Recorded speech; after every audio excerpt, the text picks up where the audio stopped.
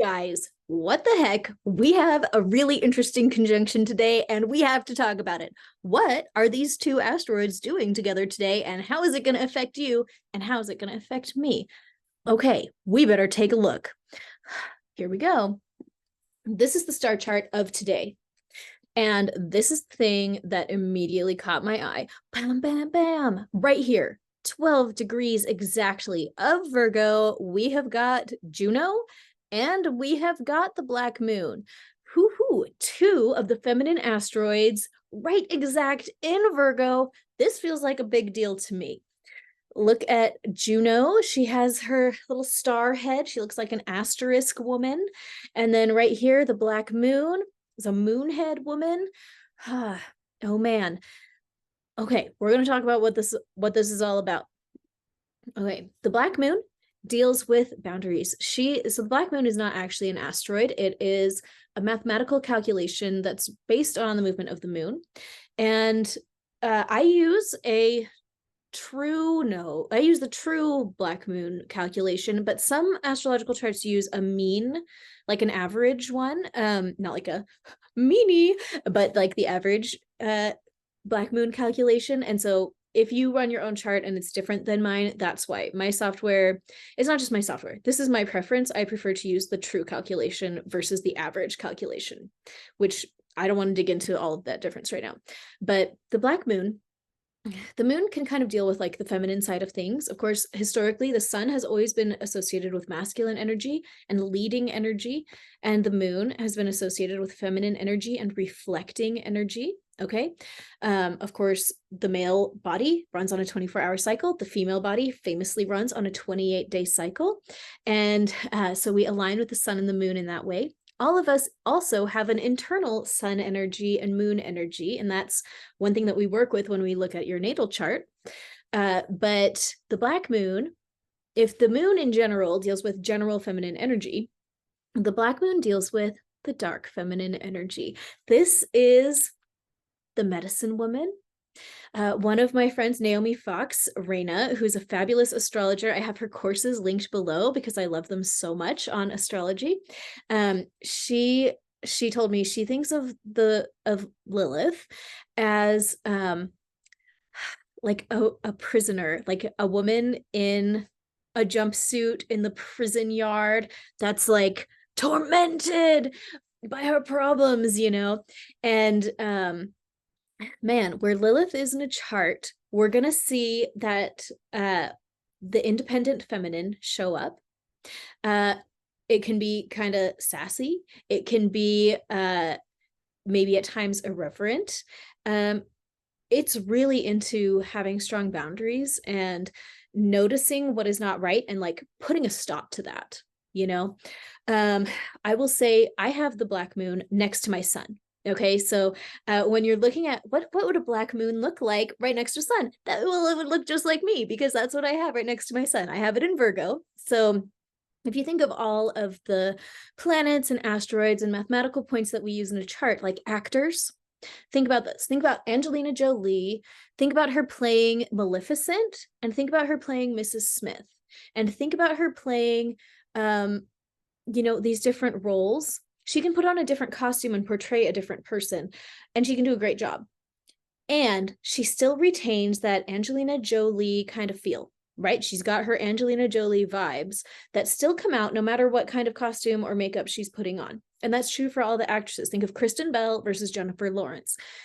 They might play the same role in some kind of alternate universe, but one of them's going to bring Jennifer Lawrence vibes and one of them is going to bring Kristen Bell vibes, and it's going to change how that role is played.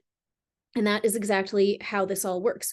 The planets are the actors, and then the signs are like the roles that they're playing. Okay, why am I talking about this? Because Black Moon Lilith in Virgo, that's where it is today, and that is it's right next to my sun. And I feel like my whole life I've always had a fine time with boundaries. I remember when I was maybe 14, I made a new best friend who was very codependent on me, and she would call me all the time. And I just said, hey, Like, I love you and you are not allowed to call me anymore. Like, you can call me once a week and that is all. And I want to be your best friend and I hate phone calls. And if you call me, I will hate you. Like, sorry, that's the facts, but I want to be friends with you. And she thanked me. And she told me I was the only friend in her life that ever set a boundary like that with her, that just was upfront and just said, sorry, like, I can't handle this kind of like this level of communication, but this is the level that I am willing to accept. For me, that was just very obvious. And of course I was going to have that conversation. I think because Black Moon Lilith was right next to my sun. Like, of course, I'm just going to have really good boundaries. And that may not always be true if your Black Moon Lilith is very far away from other things. I mean, everybody's chart is different. It just depends. But for me, that's what the Black Moon has looked like for me. So one thing that we're going to see today, boundaries, focus on boundaries, okay? For the purpose of healing, because Virgo is the nurse of the zodiac, it cares about healing. We're going to look at our boundaries in a discerning way. Virgo is an energy of discernment. It looks at things and arranges them mentally and sorts this information. So as this Black Moon energy shows up for us today, we're going to be logically working through the different situations in our lives and saying, what is the logical boundary here? Like, what is the thing that has to change in a logical way? That's step one. And step two is going to be that Juno. This is Juno, also known as Montera, okay, named after Hera, the goddess married to Zeus, right? Like the queen of the gods. This is the queen of the gods in the chart, and she's an asteroid, and she is exact with the Black Moon today. But first, we just got to talk about her. Juno deals with our commitments. In Greek mythology, Juno was cheated on over and over again by Zeus, that jerk, right? And she stayed faithful. Where Juno is in the chart, we're going to be seeing what are our true commitments? What are we really invested in? What are we willing to put up with? Like, we're so committed to this ideal that even if it cheats on us, we're still in it to win it. Okay. The other aspect of Juno is going to deal with finances. Hera was traditionally associated with money. Her other name was Montera, and that's where we get the word money from. I've talked about this before, but some time ago, I ran America's natal chart, and I was parsing out a calendar of the chart based on a 244-year cycle, which is like such a long story. But when I parsed out my calendar, I found that where Juno is on America's natal chart, it lined up with the same year that we actually developed the dollar and established money for the first time on a national scale. And so I just loved that. To me, it was a second witness. No, Juno definitely deals with money. She deals with stability, right? She like money is a form of how we experience stability, right?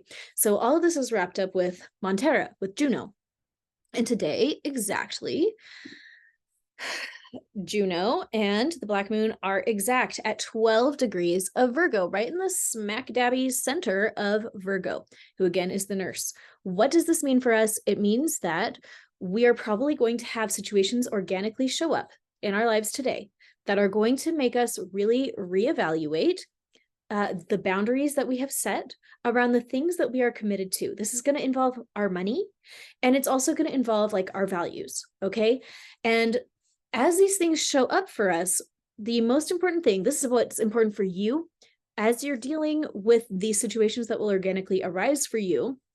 The most important thing is going to be looking at them logically in a Virgo way, step by step. Does this make sense? Is this supportive of my real goals? Taking the step back. Virgo is really objective. It tries to be. I mean, we all have biases, but Virgo, it places a high priority on objective decision making. So be objective. At the same time, of course, maintain your connection with our creator and ask for divine insight on how these boundaries need to be put in and what our commitments really need to be. As I'm talking about it, I'm having the image come into my mind of subscriptions. And this is probably a great day to go through your subscriptions and redecide, what do you really want to commit to? What do you need to put a new boundary on? And say like, look, I've been paying for this service and I don't use it. Like, goodbye. Today's a great day for that. And today may be a day that you have to sit down and look at any number of different situations that you are committed to and sort through them. Now, I did a big series on commitment in October. I don't think I labeled it that way, but if you go into my videos from the first half of October of 2023, you just like sit right through them. They're short.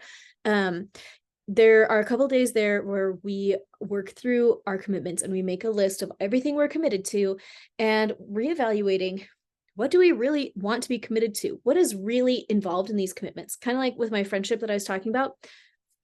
I loved my friend and I still love her so much. And friendship, there are responsibilities that go with friendship, like being positive towards each other and like having conversations and stuff like this.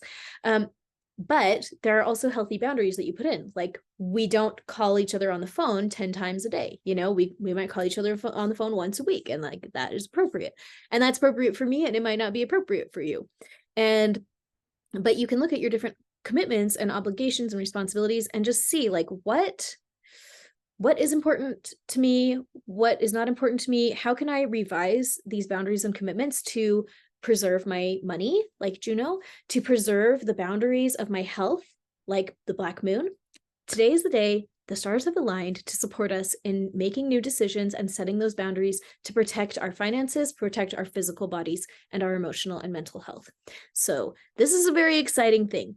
Now, this exact month, we are working through a bunch of ancestral healing stuff. And today is the day that we are working through grief. We are working through our own grief, and all of us carry a deep well of grief. If you think you're not, you are lying to yourself. You carry more grief than you could comprehend. I truly believe that. Even for myself, I look at myself, I've done so much grief clearing work, and I think I still carry more, because we're not just processing our own grief, we are processing grief from before we were born. We are processing the grief that we absorbed from our mother in the womb. We're carrying grief from our early childhood that we don't even understand. The feelings of a tiny child are so big and extreme, and they're trying to be contained by this tiny little body. We are carrying some of that still. Ask your body if that's true. I bet your body will say, it's totally true. Ellie's right. But we are. And then, of course, we're processing our ancestral grief, and we're going to work on that tomorrow. So don't even worry about that today. And today is all about you. Today is about you feeling your grief. This is the big secret. Grief, so many of grief can feel like it tears you apart. I mean, it feels like you just drown in it. It can be so big, and it is so big. But the secret with grief is that the more you fight it and the more you avoid feeling it, the bigger it gets. That is the real magic of this grief session. It's linked below. Working through your grief. I'm not going to say it's easy. Like this session is probably going to kick your trash. You're probably going to cry. Okay. You're probably going to feel really big feelings.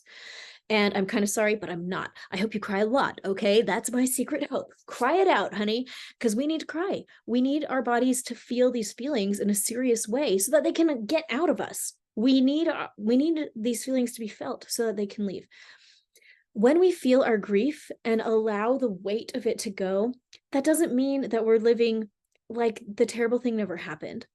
We're not going to pretend that we didn't love our child that passed on, or our spouse, or that we didn't really care, that we lost this opportunity that broke our hearts. Like, that's not what this is about. This is not about shoving things under the rug. It's not about pretending that things didn't bother us. It's about truly feeling the depth of these feelings. Because when we do that, it's seriously like something unlocks inside of us. The chemical structures of our grief break apart. When I say in this session that you need to take your deep breaths, your lungs are creating these neuropeptides that actually break apart the chemical bonds of these deep, dark emotions that are constricting us, that are damaging our organ function, that are messing with our brain function. How many of you have had a very terrible experience and then you had brain fog?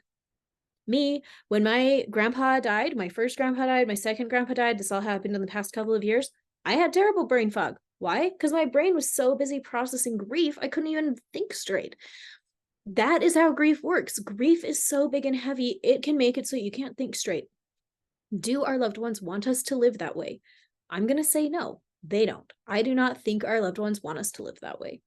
I do not think that our Creator wants us to live that way. Grief is a sacred and holy and important emotion, and everyone in the world feels it. we all have opportunities to experience it. That's part of this earth experience, is to experience grief. I truly believe that's one of the reasons why we are here. We are here to get on that roller coaster and feel the hard things. We are feeling hard things, and that is really important.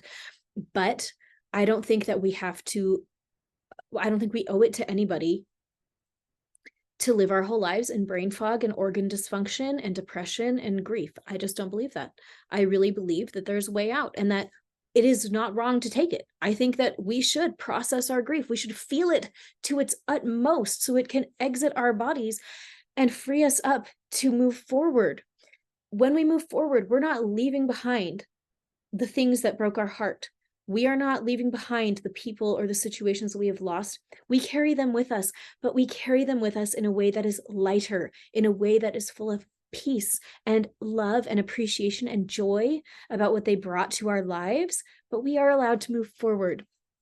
I feel like I'm talking about it a lot in terms of the loss of loved ones, but there's a lot to feel grief about, and we both know that.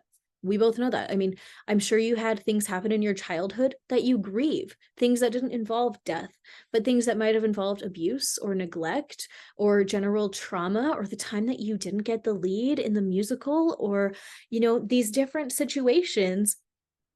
We need to grieve them. It is so important. It is so important for your physical health, for your mental health. We have to grieve them. How is this going to relate to Juno and the Black Moon in Virgo? Well, Virgo is all about healing. It is all about healing.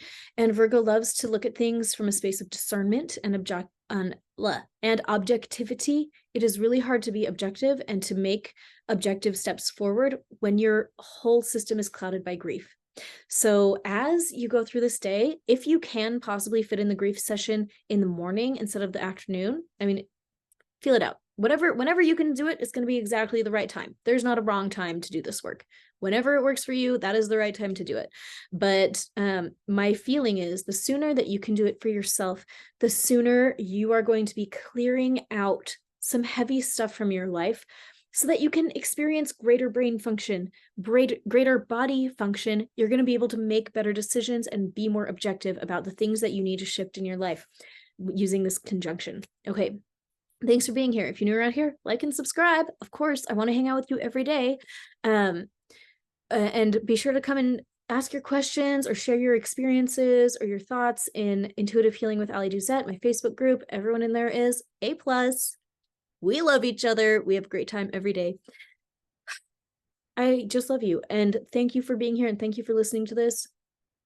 Please accept my condolences. I mean, it sounds so trite, but I just feel so sorry about the grief that you have experienced. We all have experienced great grief in our lives. And I just want to honor that. Your life hasn't been easy. It hasn't. And thank you for being here. And thank you for facing the dark stuff. That is how we get out of it. That is how we heal it, from ourselves and from our family lines. Okay, I'm going to see you tomorrow. Have the best day.